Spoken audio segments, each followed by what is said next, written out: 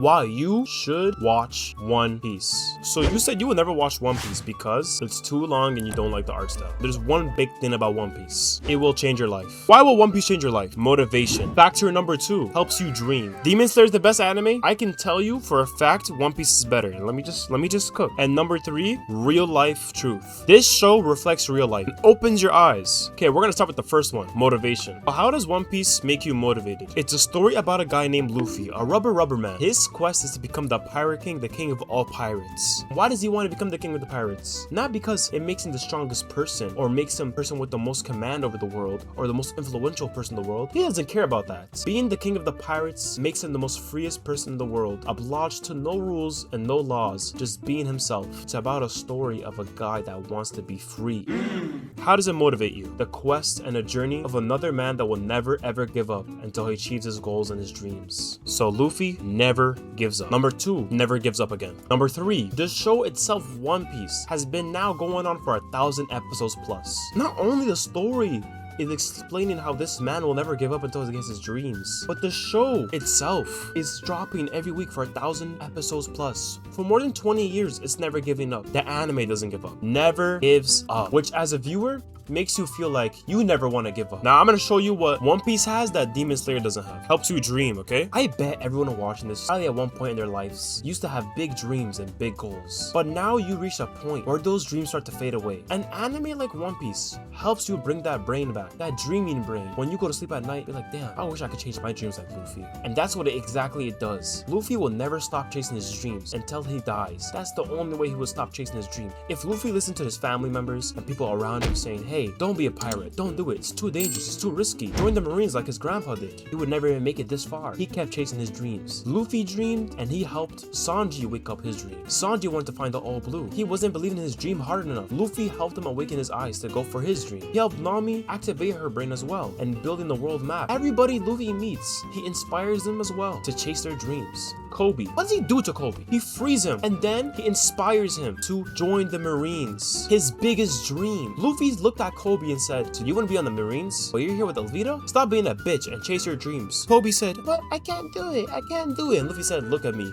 you bitch. Go chase your dreams. And what's Kobe doing now? Chasing his dreams. He's living his dreams, not even chasing it. He's a part of the Marines. Kobe achieved his dreams. And Luffy knew that meant it would make him an op. Luffy wants you to chase your dreams so bad that it doesn't matter that you go against him. He's a pirate and another person's a Marine. And look at him. He inspired Kobe to chase his dreams. If you don't tell me that's an Alpha Sigma male, then I don't know what is. The last one, it opens your eyes to real life situations. We are blessed to live really good life sometimes. Some of us have a place to live. Some of us have food to eat. Some of us are not struggling or poor or broke. We could afford a PC. We could afford a phone. Some people don't have that privilege. In the One Piece world, there is same things like that ongoing. And that's what the story focuses a lot on, of people getting mistreated and taken advantage of. We have warlords, mafia bosses, underworld bosses, people that are so goal-driven that they would do anything in their power to achieve their goals, while even if it means hurting another person's life.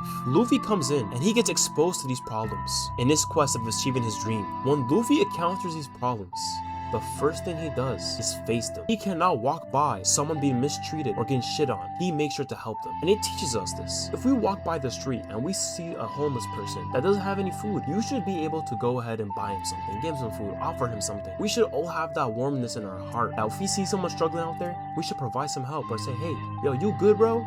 Yo, you good, gang? Yo, let me know if you're good, gang. A lot of people don't do that. Demon Slayer doesn't do that. JJK doesn't do that. Dragon Ball doesn't do that. One Piece does. Why? It exposes the real world problems. We have racism in One Piece. Who is racist in One Piece? Humans against the fishmen. They have discriminated against the fishmen for many, many years. They discriminated against them so badly that it's turned some fishmen that used to be a freedom fighter, Arlong, into becoming a straight fucking villain. He took that anger and that pain and put it back to the humans, enslaving some of them like Nami, causing them straight pain and causing a cycle of hatred. And we see this today in the world. There's probably some ethnic groups you can see right now that are always in big battles and fucking war, fighting each other, hating each other. And what happens? One group causes pain and the other group can't let go or forgive that pain, and they throw it right back. And we have this cycle of hatred. One Piece shows this hard. And this is a real world problems. This is not made up philosophical shit here. political shit here. Not only this racism, we have slaves in One Piece. Slaves. Who are the slaves? Anybody the celestial dragons capture. These people are captured against their own will and become slaves for the celestial dragons, the One Piece world's higher ups. At some point in our history, we had slaves. The world still has slaves right now. There is slaves right now. You just don't know that because you're on TikTok doom scrolling every day. And in One Piece, they show us how slaves are treated. Obviously, we should know how slaves are treated throughout history, but we're on TikTok all the time, so we forget. You see a celestial dragon sitting on Kuma as a slave, dragging him around, and you're like, damn, that's fucked up. Guess what they do to real slaves? You don't want to know. If you want to know something really crazy, search up Leopold from Belgium and just look at what he did.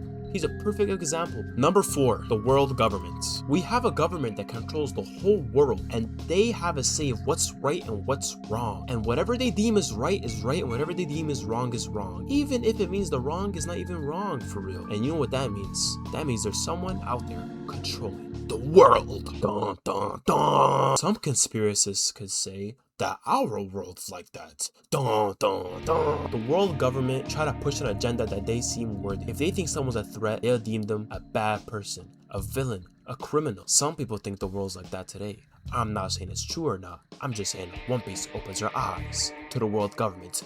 Dun, dun. Number 4, it's a test of your commitment and loyalty. If you're able to stick through 1,000 episodes of One Piece from start to end, to stick throughout that journey, it means you're a person that is a committed person, a loyal person, someone that would stay throughout the whole journey. This could reflect in you as a person of a relationship. If you watch One Piece and you quit really early, you might not be a person that could stick through a relationship for a long time, just because there's a rocky, bumpy roads. One Piece teaches us to stay through the hard times and boring times, and we get rewarded down the line. But this looks like a dick right here, guys. It helps train us to be committed. If you're committed in watching One Piece, it could probably mean you're loyal, which means you're going to be great in your relationship. When you watch all of it through and you read all of it through as well, it probably means your desire to reach your goals by no matter what.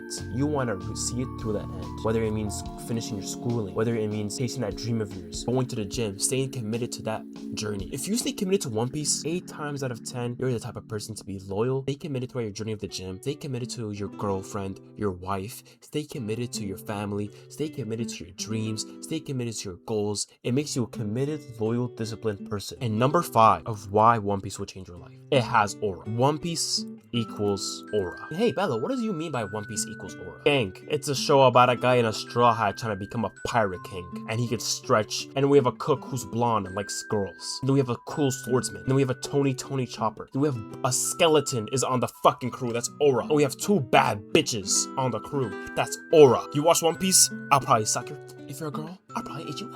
You get head either way. That's how much aura it is. Watch One Piece right now. This is not an ad. I'm not sponsored. I wish I was. Boy, hit up your boy.